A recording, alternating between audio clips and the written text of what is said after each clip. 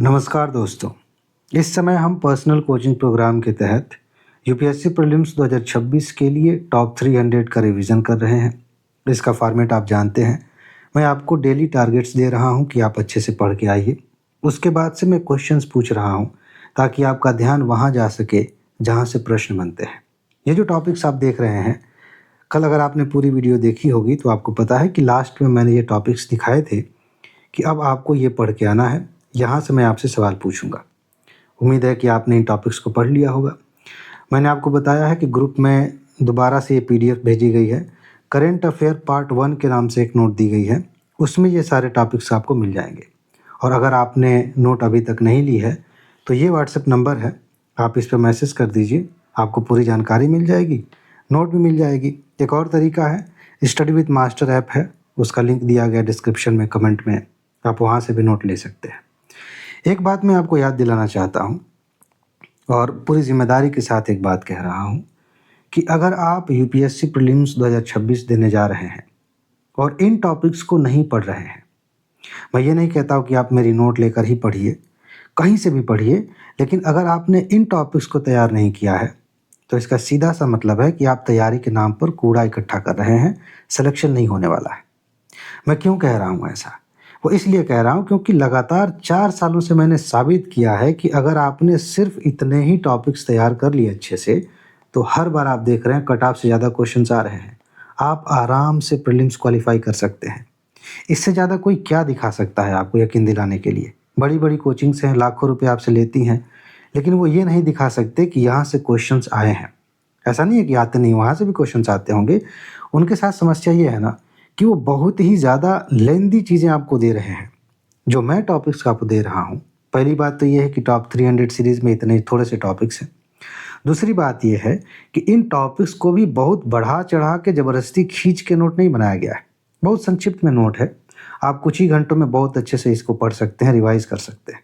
इसीलिए नंबर आपको दिया गया है, आप इस नंबर पर मैसेज करिए, तुरंत नोट लीजिए और तैयारी में लग जाइए। अभी भी समय है, आप बहुत अच्छे से तैयारी करके प्रीलिम्स निकाल सकते हैं। ठीक है, तो आज की ये बातें हो गई। अब हम चलते हैं क्वेश्चंस की तरफ। इस वीडियो के लास्ट में मैं फिर से टॉपिक्स दूंगा जिन्हें आप तैयार करके आएंगे और अगले दिन मैं सवाल पूछूंगा। तो एक टॉपिक है, आपने इसे पढ़ा होगा, केवलादेव राष्ट्रीय उद्यान में टील कार्बन अध्ययन।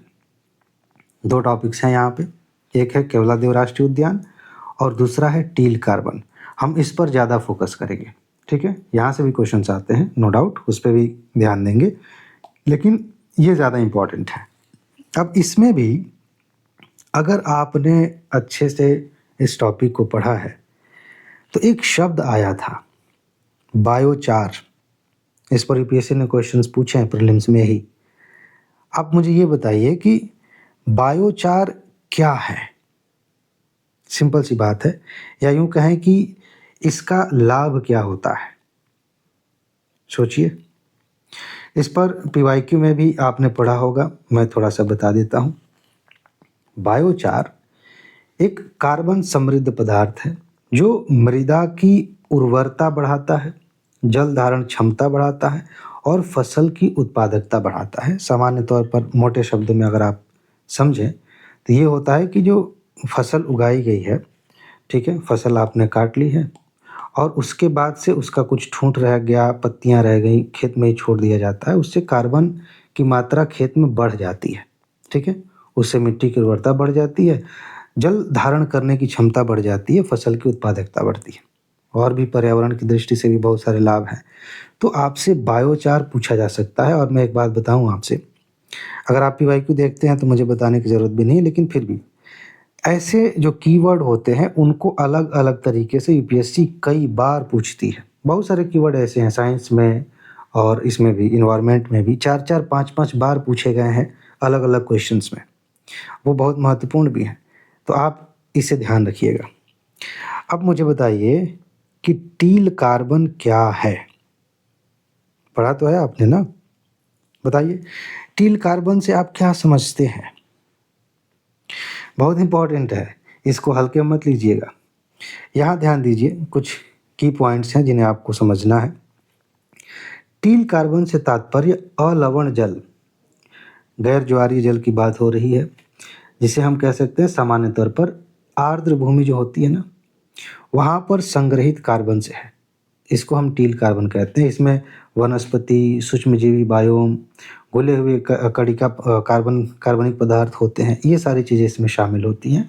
जैसे कोई तालाब हो गया, कोई छिछली झील हो गई, वहाँ पर जो कार्बन इकट्ठा हुआ है उसे हम टील कार्बन कहते हैं। ये बहुत महत्वपूर्ण है और ये एक मायने में अलग भी है ब्लैक कार्बन और ब्राउन कार्बन से। यहाँ पर यूपीएससी बहुत ही इंटरेस्टिंग तरीके से आपसे घुमा कर पूछ सकती है कि टील कार्बन ब्लैक और ब्राउन कार्बन से अलग कैसे है। बताइए, पढ़ा है आपने ना, आपने इसी नोट में कार्बन के प्रकार भी तो पढ़े हैं, तो बताइए कैसे अलग है। बहुत इंटरेस्टिंग है और बहुत महत्वपूर्ण भी है। मैं आपको दिखा देता हूँ। देखिए, ये जो ब्लैक कार्बन होता है और ब्राउन कार्बन, ये कार्बनिक पदार्थों के अपूर्ण दहन से, जब कोई चीज़ अच्छे से नहीं जलती है, कोई लकड़ी अच्छे से नहीं जली, उससे जो कार्बन निकलता है उसे हम ब्लैक और ब्राउन कार्बन कहते हैं। और भी चीज़ें हैं। और ये जो है इसमें सबसे ख़ास बात यह है कि ये जलवायु परिवर्तन में योगदान देते हैं, ग्लोबल वार्मिंग को बढ़ाने में योगदान देते हैं। इसका उल्टा है टील कार्बन। ये आर्द्र भूमि पारिस्थितिकी तंत्र में कार्बन पृथक्करण पर केंद्रित होता है। इसमें कार्बन संग्रहित होता है, न कि वातावरण में जाके कार्बन मिलता है। इस एक छोटे से कंसेप्ट को, जिसे आपने बड़ी आसानी से अभी समझ लिया है, यूपीएससी ने अगर थोड़ा सा पेंच टाइट किया, घुमाया, तो आप फंस सकते हैं और आप गलती करके आ सकते हैं। इसीलिए इन चीज़ों को खूब ध्यान से पढ़ना होता है। अच्छा, ब्लैक कार्बन क्या होता है, यहाँ पर मैंने बता ही दिया है, जीवाश्म ईंधन से ये निकलता है। अच्छा, ब्लू कार्बन क्या होता है। इसमें इंटरेस्टिंग चीज़ ये है, ध्यान दीजिएगा, नॉर्मली कुछ लोग इस पे ध्यान नहीं देंगे। ब्लू कार्बन मैं बता रहा हूँ, brown carbon, black carbon, blue, brown, green carbon, grey, red carbon, सब हम बात करेंगे। लेकिन इसमें दो कैटेगरीज हैं जिन पर बहुत कम लोगों का ध्यान जाएगा। कुछ कार्बन, जैसे टील कार्बन की हम बात कर रहे हैं, तो टील कार्बन ऐसा नहीं है कि ये वायुमंडल में जाके मिल रहा है। ये पेड़ पौधों में शामिल हो सकता है, घास फूस में शामिल हो सकता है जो आर्द्र भूमि से संबंधित है उसमें, ठीक है। तो कुछ ऐसे कार्बन के प्रकार हैं जो संग्रहित हो रहे हैं किसी चीज़ में, और कुछ कार्बन के प्रकार, जैसे ब्लैक कार्बन है, ये वातावरण में जाके मिल रहा है। ये वाला अंतर भी आपको ध्यान रखना है। तो चलिए फटाफट बताइए, ब्राउन कार्बन किसे कहते हैं। ब्लैक कार्बन तो मैंने बता दिया, नकल भी कर लिया आपने। इसके अलावा ब्लू कार्बन किसे कहते हैं, ग्रीन कार्बन किसे कहते हैं, ग्रे और रेड। बिना पेज को देखे दिमाग पर थोड़ा सा जोर डालिए और बताइए। पता चले यूपीएससी ने मिलान करने के लिए दे दिया, क्या करेंगे आप। ठीक है, यहाँ देख लीजिए, ब्राउन कार्बन है वो बायोमास से निकलता है, अपूर्ण दहन से। तो एक चीज़ ये आप जान गए। ब्लू कार्बन जो है ये संग्रहित है, कहाँ पे, वायुमंडल और महासागरों में, ये ध्यान रखिएगा। हरित कार्बन, ग्रीन कार्बन, प्रकाश संश्लेषण की प्रक्रिया के माध्यम से स्थलीय पौधों में जो संग्रहित कार्बन होता है उसको हम ग्रीन कार्बन कहते हैं। जो पेड़ आप देखते हैं, जो पौधा आप देखते हैं, बेसिकली उसमें कार्बन इकट्ठा है। जब वो सूख जाएगा तो मोटे तौर पर पानी उसमें से निकल गया, सिर्फ कार्बन बचेगा, तो इसको हम ग्रीन कार्बन कहते हैं। ठीक है, मैंने कुछ नाम और लिए थे, ग्रे और रेड, देख लीजिए यहाँ पर। औद्योगिक प्रक्रियाओं से जो कार्बन निकलता है उसे हम ग्रे कार्बन कहते हैं, और हिम और बर्फ पर पाए जाने वाले जो जैविक कण हैं उनसे उत्सर्जित कार्बन को रेड कार्बन कहा जाता है। बाकी आपको अपनी तरफ से सोचना है कि जलवायु परिवर्तन में टील कार्बन का क्या योगदान है। ये पूरा नोट मैंने आपको दिया हुआ है, इसे अच्छे से पढ़ लीजिएगा। अब आगे बढ़ते हैं। मैं आपसे केवलादेव राष्ट्रीय उद्यान के बारे में कुछ पूछ रहा हूँ, उसका जवाब दीजिए। पहली चीज़ कि यह राजस्थान के किस जिले में है। आप कहेंगे यूपीएससी ऐसा पूछ सकती है क्या, कई बार पूछा है। अलग अलग नेशनल पार्क को जो महत्वपूर्ण है उनको जिलों से संबद्ध करके, साउथ में भी जो कई सारे नेशनल पार्क हैं उनके क्षेत्रों को आपस में जोड़ करके यूपीएससी ने पूछा। तो राजस्थान के भरतपुर में ये है। और एक चीज़ आपको बताना है कि इसे, ये जो केवलादेव राष्ट्रीय उद्यान है, इसे रामसर साइट के रूप में चिन्हित किया गया है कि नहीं। ज़्यादातर लोग कहेंगे हाँ, आपने पढ़ा होगा तो। लेकिन सवाल ये है कि यूपीएससी ने अगर एक बात जोड़ दी कि कब इसे रामसर साइट के रूप में मान्यता दी गई थी, तब क्या बताएंगे? पता होना चाहिए, बहुत ज़रूरी है। कुछ कुछ तो पता होना चाहिए, जो शुरुआत के थे उनका वर्ष पता होना चाहिए। 1981 में रामसर स्थल के रूप में इसको शामिल किया गया था। और ख़ास बात यह है कि इस समय जो मॉन्ट्रेक्स रिकॉर्ड है, मॉन्ट्रेक्स रिकॉर्ड क्या होता है पता है आपको? सामान्य तौर पर जो महत्वपूर्ण आर्द्र भूमियाँ हैं जिन्हें संरक्षण की आवश्यकता है, उन्हें रामसर साइट में डाल दिया जाता है, और जिन पर विशेष ध्यान दिए जाने की ज़रूरत है और ज़्यादा ध्यान दिए जाने की ज़रूरत है, उनको मॉन्ट्रेक्स रिकॉर्ड में शामिल किया जाता है। ठीक है, तो केवलादेव और लोकटक झील ये कहाँ पे है? मणिपुर में है। यहाँ से क्वेश्चंस पीसीएस में भी आते हैं और इसमें यूपीएससी में भी आते हैं। यहाँ जो फुमडी पाई जाती है उस पर क्वेश्चंस पूछे गए हैं। यहाँ पर संगाई हिरण होती है, उस पर क्वेश्चंस पूछे गए हैं। चलिए आगे बढ़ते हैं। अगला क्वेश्चन, आप बताइए, अगर आपने टॉपिक पढ़ा है तो ये बताइए कि मैं किस टॉपिक से क्वेश्चन पूछने वाला हूँ। इतना तो गेस कर सकते हैं, अभी अभी तो आपने पढ़ा है। मैं दादा भाई नौरोजी के बारे में क्वेश्चन पूछने जा रहा हूँ। 200वीं जयंती मनाई गई थी 2025 में सितंबर में। अरे चलिए, आपको नकल नहीं करने दूंगा, देख लिया है तो देख लिया है, लेकिन फिर मैं आपसे पूछ रहा हूँ, देखें नकल हुआ भी कि नहीं। हाँ, तो इन पे मैं क्वेश्चंस पूछने वाला हूँ। अब उससे पहले आपको ये बताना है कि दादा भाई नौरोजी से यूपीएससी ने कभी प्रश्न पूछे हैं कि नहीं। आप कहेंगे हाँ। अच्छा, ये बताइए कि इनसे किस किस तरह के क्वेश्चंस आए हैं। अगर आपने पीवाई की देखा होगा तो ही बता पाएंगे। इनकी जो किताब है जिसमें इन्होंने बताया है कि हमारा धन कैसे बाहर जा रहा है ब्रिटेन की तरफ, उस पे तो इनका नाम लिए बिना ही कई बार पूछा गया है। इसके अलावा इन्होंने जो संस्थाएं बनाई थी, कांग्रेस में रहकर जो काम किया था, उस पर कि नरम दल के पक्ष में थे कि गरम दल के पक्ष में थे, इस एंगल को उठा करके मेंस में क्वेश्चंस पूछे गए हैं। ये जो शख्सियत हैं, जो पर्सनालिटी हैं, इन पर खूब क्वेश्चंस पूछे गए हैं। अब यहाँ से दोबारा प्रश्न आने की कितनी संभावना है आप गेस कर सकते हैं, बताने की ज़रूरत नहीं है। तो बताइए फिलहाल कि ब्रिटिश, ये तो देख ही लिए, क्वेश्चन मैं बनाऊंगा तो आपको मजाक ही लगेगा, तो मैं बता देता हूँ, ये वाला तथ्य मैं बता देता हूँ, उसके बाद से आगे की बात करेंगे। ये पहले व्यक्ति थे, पहले भारतीय थे जो ब्रिटिश संसद में चुने गए थे, लिबरल पार्टी की ओर से उम्मीदवार बने थे। बाकी किस सीट से जीत हासिल की थी इंपॉर्टेंट नहीं है, 1892 की बात है, ये ध्यान रखिएगा। चलिए अब मैं आपसे पूछता हूँ कि 1865 में इन्होंने लंदन में एक सोसाइटी की स्थापना की थी, सह स्थापना की थी, और भी लोग उसमें शामिल थे।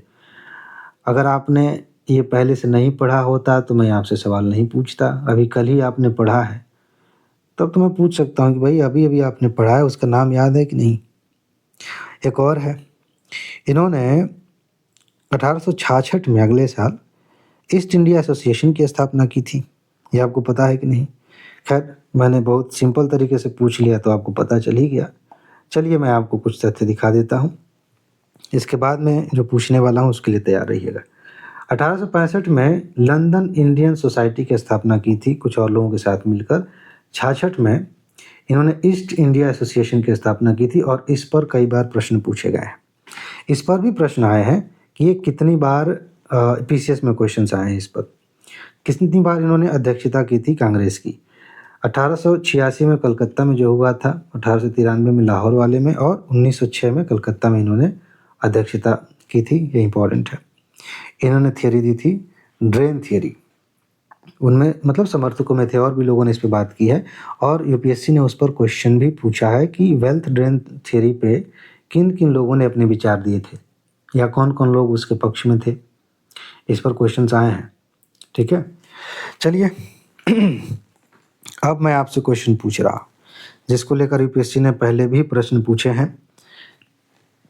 Poverty and un British rule in India, एक तो सीधा सा प्रश्न बनता है कि किसने लिखा है, तो अभी तो आप गेस कर ही लेंगे। वैसे भी मैं पूछ रहा हूँ कि ये किताब कब लिखी गई थी। या कब प्रकाशित की गई थी? दोनों में से कोई एक बता दीजिए। ये बहुत महत्वपूर्ण है। क्यों? क्योंकि कुछ तथ्य जो बार-बार रिपीट किए जाते हैं, जैसे संस्थाएँ हैं, किताबें हैं, उन पर यूपीएससी एक कदम और आगे बढ़ जाती है, कभी-कभी वर्ष पूछ ही लेती है।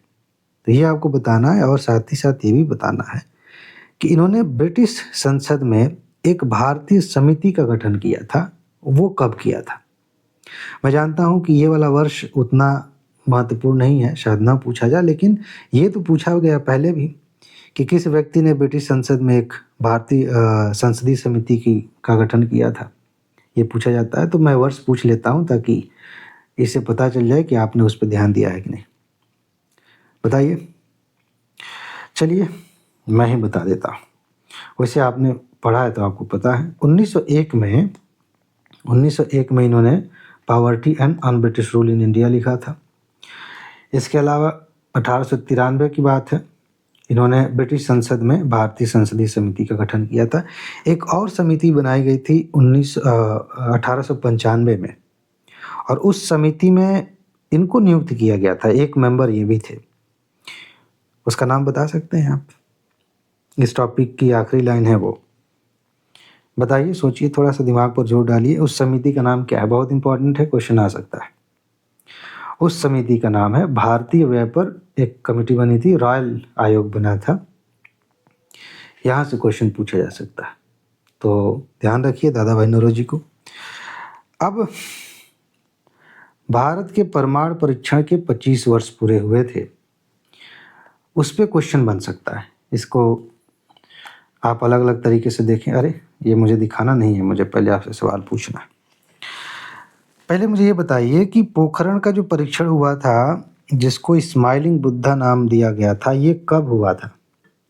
आप सोचेंगे कि आज मैं आपसे वर्ष क्यों पूछ रहा। यूपीएससी ना कभी-कभी इतने स्मार्ट तरीके से क्रम पूछ लेती है, कोई घटना कब हुई थी ये पूछ लेती है कि आपको पता ही नहीं चलता। क्योंकि यूपीएससी डायरेक्ट ये नहीं कहती है कि आप बताइए कि किस वर्ष ये घटना हुई थी, लेकिन किसी न किसी बहाने से वो क्रम आपको याद रहेगा, इसकी उम्मीद में यूपीएससी क्वेश्चन बनाती है। अगर याद है तो आप आगे की बात समझ पाएँगे। ठीक है? जैसे शासकों का क्रम कभी-कभी पूछ लिया जाता है। एक तो आपने कहानी अच्छे से सिस्टमैटिक तरीके से पढ़ा है तो भी बता सकते हैं, लेकिन दूसरा तरीका अगर वो नहीं है तो दूसरा तरीका यही है कि आपको वर्ष पता होनी चाहिए। वैसे ही पॉलिटी में या करंट में शामिल करके बहुत सारी घटनाएँ ऐसी पूछी गई हैं, जिनमें वर्ष डायरेक्ट, जैसे कोई जैसे मान लीजिए हम कह रहे हैं कि बैंकों का राष्ट्रीयकरण हुआ था, उसके बाद से फिर कोई घटना हुई, मान लेते हैं कि योजना आयोग का गठन किया गया था, उसके बाद से हमने उदारीकरण अपनाया था। अगर आपको वर्ष नहीं पता है, क्रम नहीं पता है, तो आप ऐसे प्रश्नों को कैसे अरेंज करेंगे?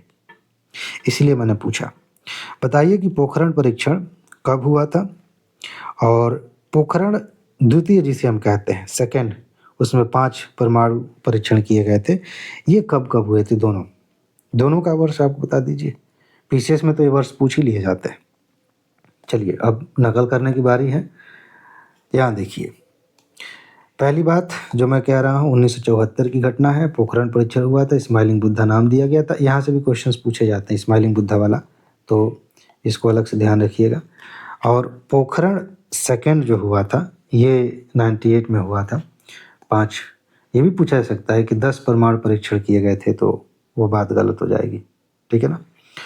चलिए, अब एक प्रश्न का जवाब दीजिए।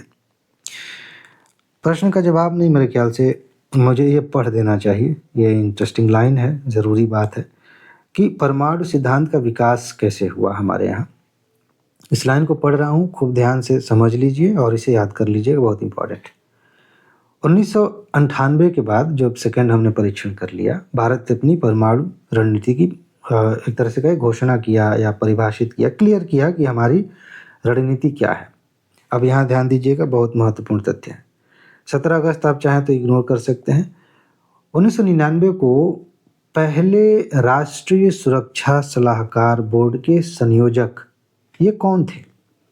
के सुब्रमण्यम। इनका नाम याद रखिएगा, ऐसे प्रीलिम्स में तथ्य पूछे जा सकते हैं, पूछे जाते हैं। इन्होंने भारत के पहले राष्ट्रीय सुरक्षा सलाहकार, अब ध्यान दीजिएगा, पहले राष्ट्रीय सुरक्षा सलाहकार कौन थे? ब्रजेश मिश्रा। उनको परमाणु सिद्धांत का मसौदा प्रस्तुत किया था। इन दोनों के नाम अलग तरीके से इसमें जोड़कर पूछे जा सकते हैं, ठीक है। और इसी में आगे थोड़ा-थोड़ा आपको नहीं दिखेगा अभी। भारत ने कहा था कि हम पहले परमाणु बम का इस्तेमाल नहीं करेंगे, परमाणु हथियारों का इस्तेमाल नहीं करेंगे, अगर किसी ने हम पे किया तब हम करेंगे। इस नीति की घोषणा कब की गई, इसे लागू कब किया गया था, ये बता दीजिए। आप ये मत सोचिएगा कि मैं सिर्फ वर्ष पूछ रहा हूँ तो सिर्फ उतनी सी बात है, वो तो एक बहाना है कि असली तथ्य आपको याद आ सके। बताइए। 2003 की बात है। 2003 में नो फर्स्ट यूज़ की पॉलिसी हमने लागू की थी, ये चीज़ ध्यान रखिएगा। अब ये नो फर्स्ट यूज़ आप जानते हैं, इसकी मुख्य विशेषताएं क्या हैं, ये सब आप पढ़ सकते हैं। यहाँ पर है, रुकिए दिखा देता हूँ। ये सारी चीज़ें आप पढ़ लीजिए, नोट आपके पास है ही। नोट बहुत ज़रूरी है, आपके पास होनी ही चाहिए, क्योंकि एग्ज़ाम जब बीत जाएगा उसके बाद पछताने से कुछ होगा नहीं। आपदा प्रबंधन संशोधन विधेयक आया था। इसमें बहुत सारी बातें ऐसी हैं जिन्हें आपको पढ़ना है, बहुत डिटेल में चीज़ें देखनी है। कुछ तथ्य जो मुझे लगता है कि आपसे पूछे जा सकते हैं, कहीं बीच में डाले जा सकते हैं, यानी कि ये जो लाइनें लिखी गई हैं आगे भी, यहाँ से प्रश्न तो आएंगे ही, लेकिन उन लाइनों में कुछ ऐसा हो सकता है कि आपसे पूछा जाए। जैसे शहरी आपदा प्रबंधन प्राधिकरण का प्रस्ताव रखा गया है इसमें, इस अधिनियम में। कल ही मैंने बताया था कि अधिनियमों से प्रश्न पूछे जाएं तो इस बात की संभावना हमेशा ज़्यादा रहती है कि प्रावधान पूछे जा सकते हैं महत्वपूर्ण। तो शहरी आपदा प्रबंधन प्राधिकरण, अभी आपने देखा वो जो लड़का डूब गया था कार में, 2 घंटे तक चिल्लाता रहा और किसी ने बचाने की कोशिश नहीं की, तो मर गया बेचारा। तो ये किसके हाथ में ये काम था, कौन करता? शहरों के लिए अलग से आपदा प्रबंधन की कमेटीज़ होनी चाहिए, उनका ऑडिट होना चाहिए, ये प्रबंधन अच्छे से इसका प्रबंधन अच्छे से होना चाहिए। ये सारी चीज़ें अगर काम नहीं करेंगी तो फिर आपदाओं को हम करेंगे क्या, उसके कमेटियाँ बना के, ठीक है। तो इसकी सिफारिश की गई है, और उसमें भी खास तौर से दिल्ली और केंद्र शासित प्रदेश एक और है, उसे छोड़कर, मुझे दिल्ली का नाम भी नहीं लेना चाहिए था लेकिन आप वैसे भी गेस कर लेते, एक और है, उसे छोड़कर बाकियों में कहा गया है। अब क्यों छोड़ के कहा गया भाई, वो केंद्र के कंट्रोल में ऑलरेडी है, उनका अपना सिस्टम बना हुआ है पहले से, तो उनको छोड़कर दूसरा वाला कौन है बता सकते हैं? अरे थोड़ा सा गेस करेंगे तो आप बता लेंगे, चंडीगढ़ की बात हो रही, ठीक है। तो इनको छोड़कर बाकी जगह इसके इस प्राधिकरण को बनाने की बात की गई है। और भी चीज़ें हैं इसमें। अच्छा, इसमें एक नई धारा जोड़ी गई है, बहुत इंटरेस्टिंग है। ये जो संशोधन किया जा रहा था, उस धारा का नाम मैं बता देता हूँ, 60A। इसमें क्या कहा गया, आप मुझे बता सकते हैं कि इसमें जो नई धारा जोड़ी गई है 60A, इसमें कौन सा प्रावधान किया गया है? पहले नहीं था, जो पुराना वाला आपदा प्रबंधन अधिनियम था उसमें धारा नहीं थी, अभी वाले में है। चलिए मैं याद दिला देता हूँ। वो जो धारा है यहाँ है। अब क्या है कि केंद्र और राज्य सरकारों को शक्ति दी गई है कि जब आपदा आ जाए तो उन आपदाओं को कम करने की कोई कार्रवाई करने से संबंधित या कार्रवाई न करने से संबंधित, जैसे मान लीजिए कई बार कुछ ऐसा होता है जिसमें आपको कुछ नहीं करना होता, घर में बैठना, जैसे मान लीजिए कोरोना हो गया, तो कोरोना में कुछ नहीं करना ही ज़्यादा अच्छा है।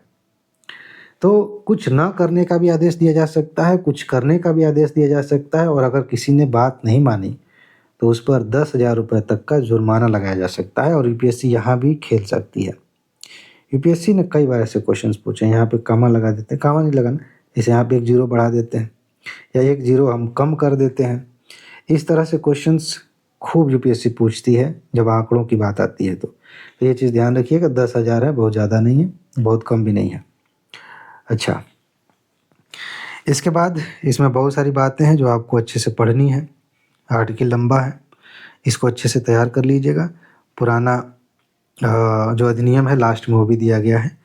इसके बाद एक्वेटिक डीऑक्सीजनेशन के बारे में, जिसको हम एडी कहते हैं, उसके बारे में मैं आपसे सवाल पूछने जा रहा हूँ। आप मुझे यही बता दीजिए कि ये क्या होता है एक्वेटिक डीऑक्सीजनेशन। बताइए, मैं धीरे धीरे स्क्रॉल करके वहाँ तक लेके चलता हूँ। सोच लिया? अरे भाई, सिंपल सी बात है। डीऑक्सीजनेशन से आप समझ सकते हैं कि ऑक्सीजन की कमी हो रही है। और कहाँ पर? एक्वेटिक से संबंधित जो शब्द है उससे आप समझ सकते हैं कि पानी की बात हो रही है। तो महासागरीय और तटीय जल में ऑक्सीजन की मात्रा जो है, जो कम हो रही है, उसे हम कहते हैं एक्वेटिक डीऑक्सीजनेशन। सिंपल सी बात पूछी जा सकती है, लेकिन मुझे लगता है कि ये इतना भी सिंपल नहीं पूछा जाएगा, कुछ ज़्यादा ही हो जाएगा। आपसे इसके कारण पूछे जा सकते हैं कि ये घटना क्यों हो रही है, कि पानी में ऑक्सीजन की मात्रा कम क्यों हो रही है। और इसके लिए ज़रूरी नहीं है कि आप ये नोट पढ़ें तो ही पता चलेगा। अगर आपने किताबें पढ़ी हैं, बेसिक सी जानकारी है आपको जलीय जीवन के बारे में, तो आप आसानी से गेस भी कर सकते हैं। लेकिन फिर भी मैं चाहता हूँ कि आप सोच के बताएं कि कौन कौन से कारण उत्तरदायी हैं। लिखा हुआ है, चलिए मैं आपको बता देता हूँ। एक है ग्लोबल वार्मिंग। तापमान जब बढ़ता है पानी का, तो जो घुलित ऑक्सीजन है जल में, उसकी मात्रा कम होती है। इसके बहुत सारे कारण हमने गिनाए हैं, बहुत बार इस पर बातें हुई हैं। इसके अलावा भी कई सारे कारण होते हैं, जैसे सुपोषण है। सुपोषण पे एक बार क्वेश्चन पूछा गया है, तो आप मुझे बताइए कि सुपोषण होता क्या है? क्या है सुपोषण? सोच लिया? चलिए अब मैं बता देता हूँ। देखिए, मानव जनित जो स्रोत हैं, जैसे मान लीजिए कि कोई शहर है, शहर से नाला निकल के नदी में जा रहा है, या गांव है, खेत से बहुत सारे पदार्थ बह के नदी में जा रहे हैं, और नदी में या फिर तालाब में जहाँ पर वो जा रहे हैं वहाँ पर पोषक तत्वों की अधिकता हो जाती है, तालाब में इकट्ठा हो जाते हैं। अब उसकी वजह से जो शैवाल हैं उनका विकास होता है, और जब शैवाल बढ़ेंगे, कोई भी पौधा बढ़ेगा तो उसको ऑक्सीजन चाहिए, तो ऑक्सीजन की खपत बढ़ जाती है। और जब ऑक्सीजन की खपत बढ़ती है तो क्या होता है कि उस जलीय तंत्र में ऑक्सीजन की कमी हो जाती है, और जो बाकी मछलियां हैं और जलीय जीव हैं उनका जीना फिर मुश्किल हो जाता है। और इसी में शैवाल ब्लूम ऐसे करके कोई शब्द है, वो भी आपने पढ़ा होगा। कुल मिला के सुपोषण जो है, इसी स्थिति को कहते हैं। अभी जो मैंने कहानी समझाई, ये चीज़ ध्यान रखिए।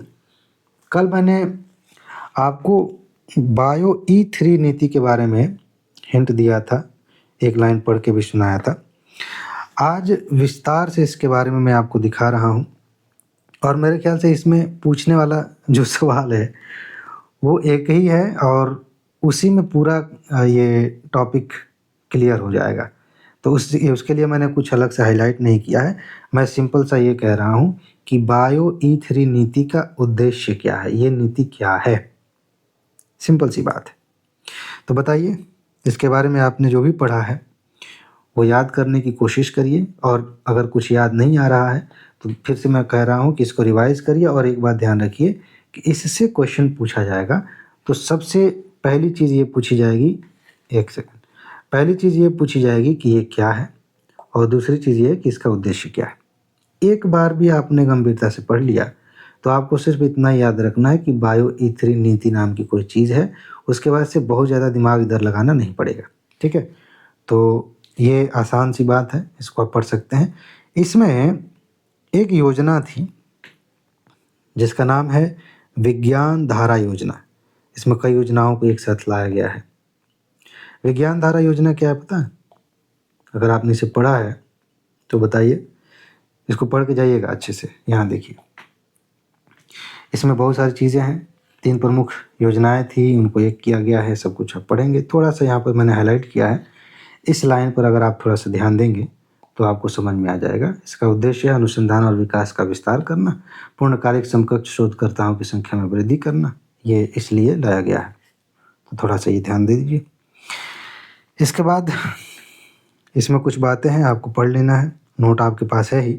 मैं आपका ध्यान वहाँ दिला रहा हूँ जहाँ से सबसे ज़्यादा प्रश्न बनने की संभावना है। लेकिन फिर भी एक बात कहता हूँ कि इसका मतलब ये नहीं कि जो मैं छोड़ रहा हूँ उसमें कुछ है ही नहीं, सिर्फ शब्द हैं, ऐसा नहीं है। आपको उन्हें भी पढ़ना है। और इसका जो शुरुआती फॉर्मेट था, अगर आपको अच्छे से याद है, ये तो मैंने अपनी तरफ से सोचा है कि मैं आपको दिखाता चलूँ ताकि आप मेहनत ना करें, वरना तो मैं आपसे सिर्फ़ सवाल पूछने वाला था। सवाल पूछता, अब फिर उसके बाद से आप क्या करते, क्या नहीं मुझे पता नहीं। लेकिन मुझे लगता है कि अगर मैं आपकी जगह होता, तो इससे मुझे ज़्यादा लाभ मिलता कि सवाल पूछने के साथ कोई हिंट भी दे दे कि हाँ, इस पे भी ध्यान देना है, तो और चीज़ें अच्छे से दिमाग में बैठ जाएँगी। खैर, इसके बाद अगला टॉपिक है हिंदुस्तान रिपब्लिकन एसोसिएशन, HRA। इसकी भी 100वीं वर्षगांठ मनाई गई थी। क्या लगता है आपको? यहाँ से क्वेश्चन आएगा? डेफ़िनेटली आएगा। अब कहाँ से क्वेश्चन आएगा, ये देखने वाली बात है, और मैं आपसे पूछ के आपका ध्यान दिला देता हूँ कि कहाँ से क्वेश्चन आएगा। तो कहाँ गया जी? Hindustan Republican association. सबसे पहली चीज़ आप मुझे ये बताइए कि वो जो काकोरी कांड हुआ था, कब हुआ था? और मैं इसमें डेट भी पूछ रहा हूँ। चलिए मैं आपको ऑप्शन देता हूँ। अगस्त का महीना रख लेते हैं, एक सेकेंड। तो हम अगस्त का महीना रख लेते हैं और मैं आपको 4 ऑप्शन दे रहा हूँ, 8, 9, 10 और 11।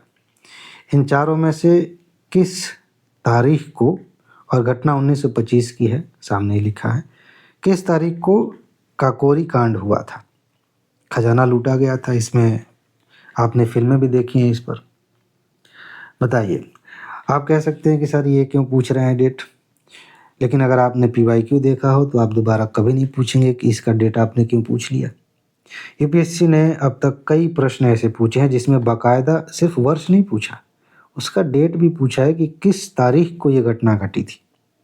जैसे मुझे ध्यान आ रहा है, एग्जैक्ट तो वर्ष नहीं पता, लेकिन 2022, 21-22 की बात है, वो जो भारत छोड़ो आंदोलन की घोषणा की गई थी ना, उसका डेट पूछ लिया था यूपीएससी ने। तो ये चीज़ ध्यान रखिएगा। खैर, मैंने तीर लगा दिया है तो आप वैसे भी गेस कर सकते हैं। तो ये चीज़ आप ध्यान रखिएगा कि 9 अगस्त की बात है, पूछा जा सकता है, बहुत महत्वपूर्ण है, क्योंकि 100 वर्ष किस उपलक्ष्य में मना रहे हैं, ये भी ध्यान रखना है। वो तो है, मतलब हिंदुस्तान रिपब्लिकन एसोसिएशन की बात है, लेकिन उससे जुड़ी हुई जो सबसे महत्वपूर्ण घटना थी, वो यही थी। उसके बाद से क्रम में और भी चीज़ें हैं। तो चलते हैं, आगे बढ़ते हैं। अच्छा, मुझे आप बता सकते हैं कि किस उद्देश्य से लूटा गया था? ऐसे क्वेश्चंस आते हैं क्योंकि इतिहास को लेकर ना हमारे मन में कई परसेप्शंस बन जाते हैं, और उसकी वजह से कई बार यूपीएससी चालाकी करती है, ऐसे ऐसे ऑप्शन दे देती है कि हमें लगता है कि यार यही होगा। तो आपको एक बार सोच लेना है कि ये लूट क्यों की गई थी। सीधी सी बात है, धन चाहिए था, और धन कहाँ से आएगा? धन क्यों चाहिए था? क्रांतिकारी गतिविधियों के लिए चाहिए था। धन कहाँ से आता? सरकार का खजाना लूट लिया। ठीक है।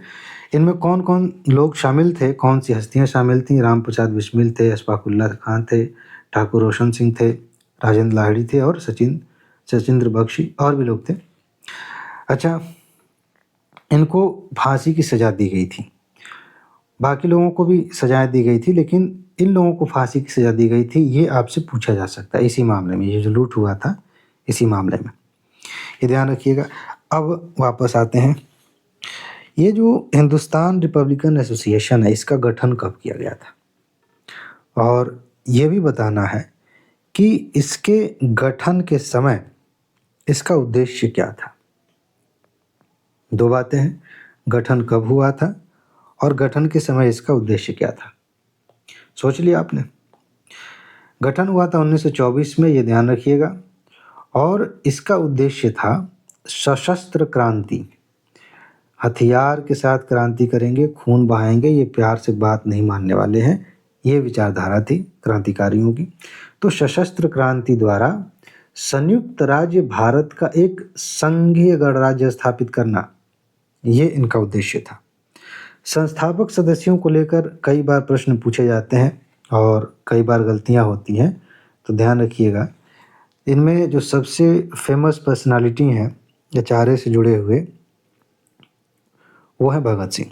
ऐसा नहीं है बाकी लोग का, उनका बाकी का महत्व तो नहीं है, उन्होंने योगदान नहीं दिया, लेकिन चर्चित जो सबसे ज़्यादा हैं, आम जनता को जो ज़्यादा पता है, उसकी वजह से यूपीएससी यहाँ पर आपके दिमाग के साथ खेल सकती है।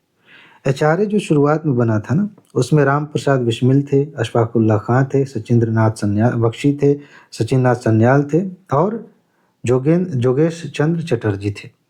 इसमें भगत सिंह का नाम नहीं है, क्योंकि शुरुआती संस्थापक सदस्यों में वो शामिल नहीं थे।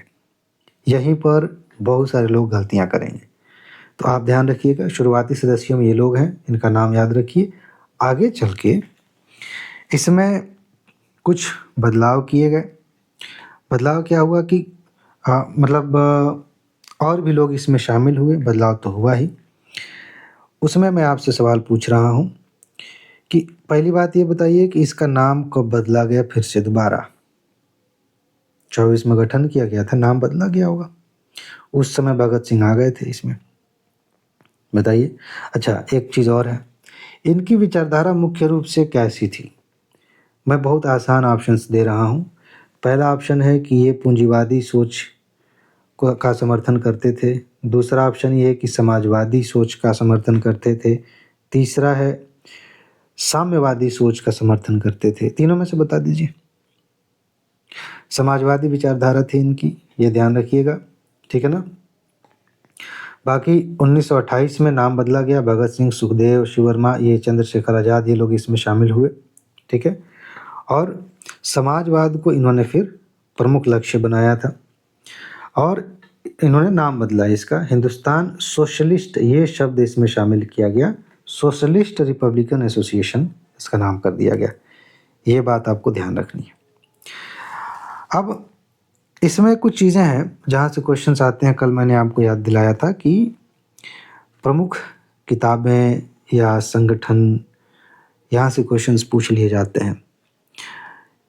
एक प्रकाशन है द रिवोल्यूशनरी, आपको बताना है कि इसको किसने प्रकाशित किया था।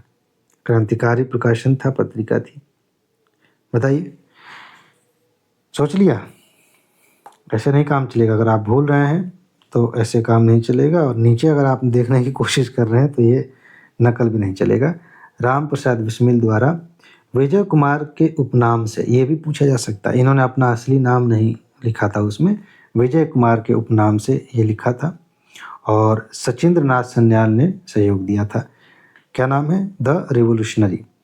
एक क्वेश्चन इसी पर पूछा जा सकता है, ये जो प्रकाशन है ये किस संस्था से जुड़ा हुआ? तो ये चारे के लोग हैं, उन्हीं की बात हो रही है।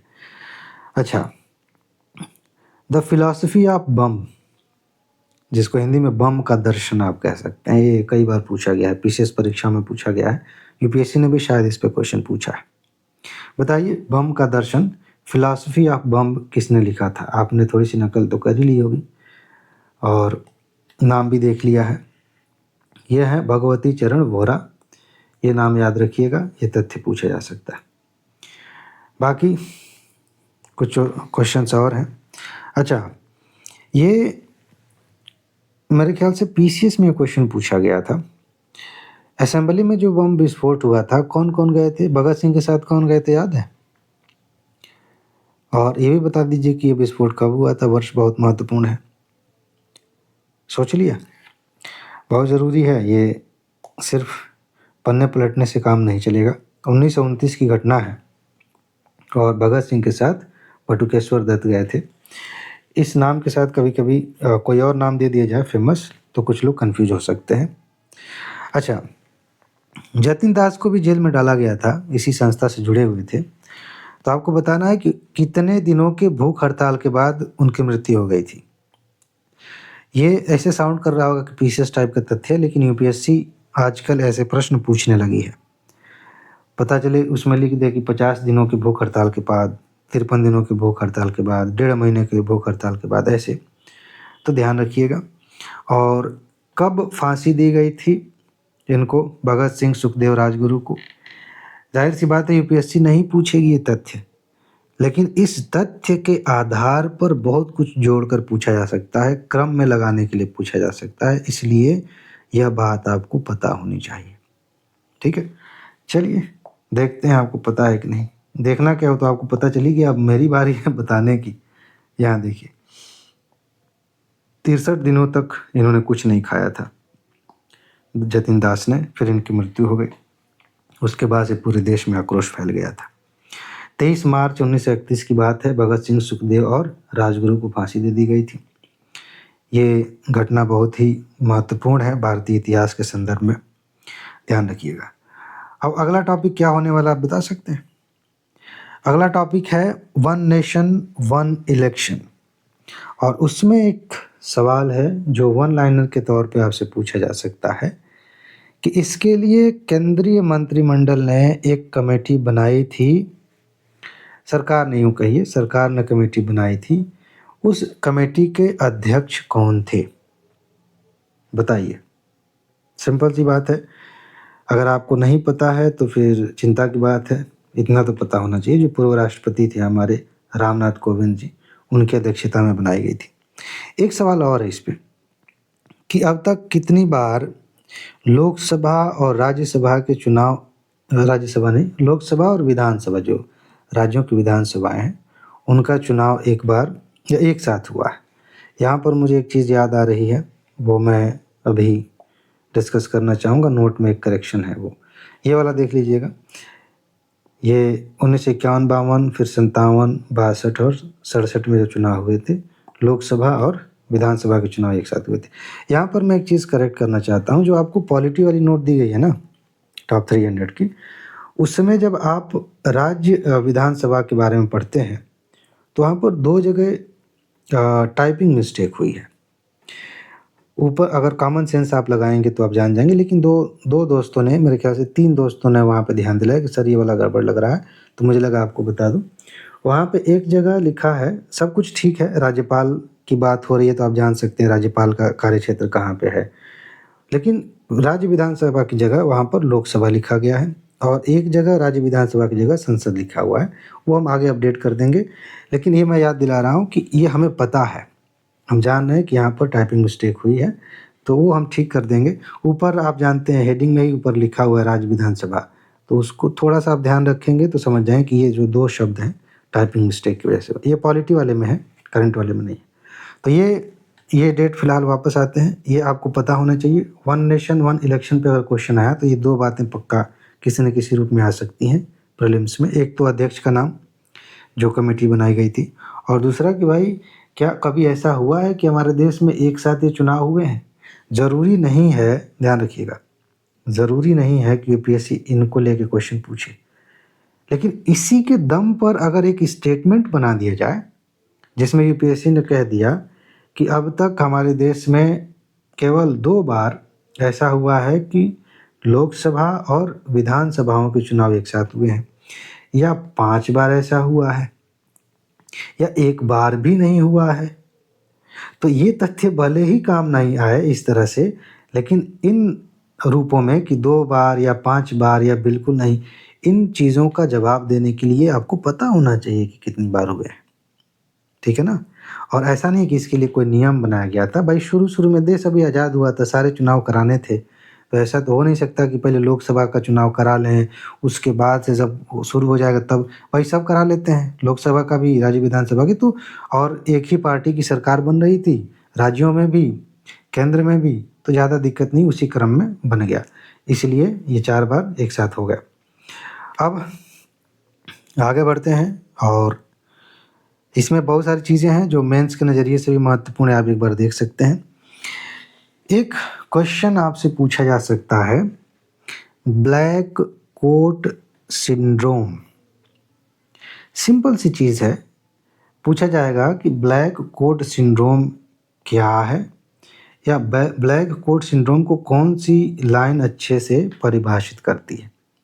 अगर आपने इस आर्टिकल को और अच्छे से पढ़ा है तो एक और तथ्य मिला होगा, वाइट कोट हाइपरटेंशन, ये क्या है? ये 2 शब्द हैं जो वन लाइनर के रूप में आपसे पूछे जा सकते हैं, या फिर एक ये शब्द लिखकर उसकी परिभाषा से संबंधित 4 लाइनें दे दी जाएं, फिर पूछा जा सकता है। बताइए, सोचिए, तब तक मैं स्क्रॉल कर रहा हूँ। जिन्होंने नोट नहीं लिया है वो एक बार इसको पॉज करके देख सकते हैं, लेकिन इससे उतना फ़ायदा नहीं होगा, आपको नोट लेके अच्छे से पढ़ लेना चाहिए।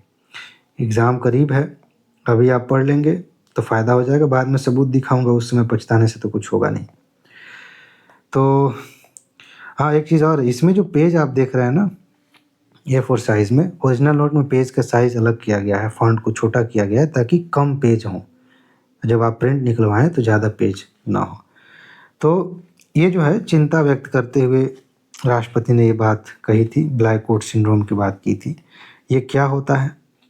अदालतों में आम नागरिकों द्वारा अनुभव की जाने वाली चिंता का वर्णन करने के लिए कि एक आम इंसान न्याय पाने के लिए कितना संघर्ष करता है, कितना उसका समय बर्बाद होता है, कितना पैसा लगता है, कितना संघर्ष करना पड़ता है, उस चिंता का वर्णन करने के लिए ये ब्लैक कोट सिंड्रोम की बात की गई। इसी तरह की समस्या जो अस्पतालों में जो रक्तपात होता है, रक्तचाप में सॉरी अस्पताल में जो रक्तचाप में वृद्धि होती है लोगों की, उसको हम कह देते हैं white coat hypertension.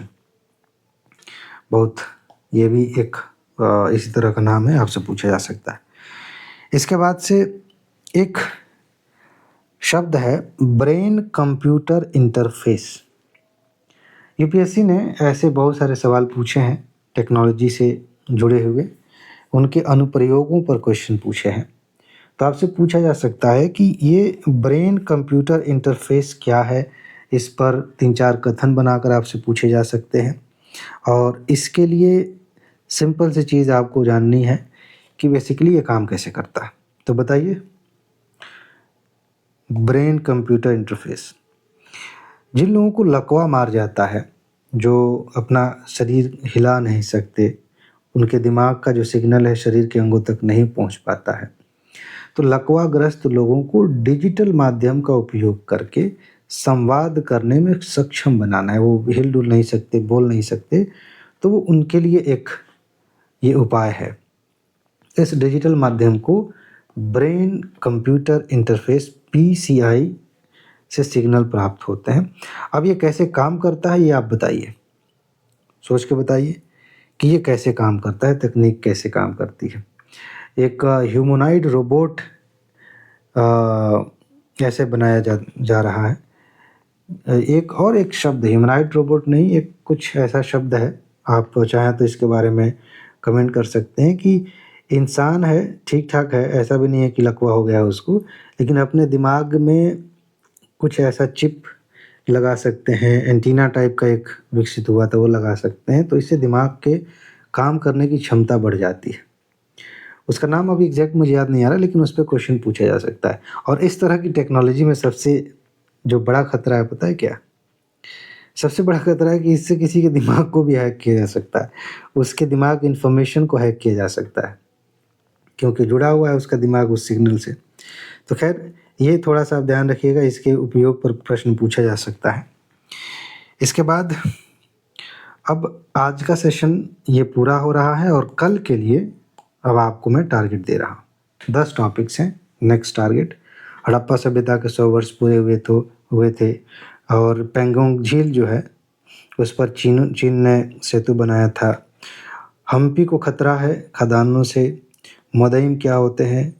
Araku coffee के बारे में क्वेश्चन पूछा जा सकता है, हम तो पूछेंगे ही।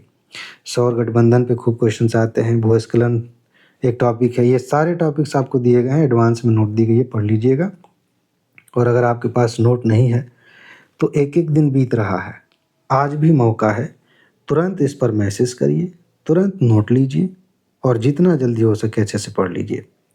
सारी नोट एडवांस में दी जा चुकी है, स्टैटिक की भी, करंट की भी एक नोट दी गई है जहाँ से हम ये सब रिवाइज कर रहे हैं। बाकी नोट पर मैं जल्दी आपको अपडेट दूंगा। नोट आप हम कहाँ से लगभग कई दोस्तों ने पूछा था कि कहाँ तक हम कवर करेंगे, मैं बता दूं 24 मई को एग्ज़ाम है और एग्ज़ाम से लगभग 2 महीने पहले का करंट आपसे पूछा जाता है, लेकिन मैं थोड़ा ज़्यादा कवर करता हूँ। उस हिसाब से देखा जाए तो मार्च तक का करंट अफेयर हमें कवर करना था, लेकिन मैं अप्रैल का भी करंट अफेयर कवर करूँगा, लगभग 15 अप्रैल मान के चलिए। तो उस हिसाब से करंट अफेयर की जो आखिरी नोट आपको मिलेगी वो अप्रैल के लास्ट में मिलेगी। मान लीजिए हो सकता है कि 20 तारीख तक, उसके पहले 2-3 पार्ट आपको आराम से कम 3 पार्ट और मिलेंगे करंट अफेयर के। तो सारी नोट दी गई है, ये नोट भी आपको मिल जाएगी जल्दी ही। तो यहाँ आप मैसेज करके जल्दी से नोट ले लीजिए, अच्छे से तैयारी करिए, फिर आगे मिलते हैं। तो फिलहाल आज बस इतना ही है। अपना ख्याल रखिए। खुश रहिए, मस्त रहिए, मुस्कुराते रहिए, जल्दी से सफल होइए और ज़िंदगी को एंजॉय कीजिए। आगे मिलते हैं। नमस्कार।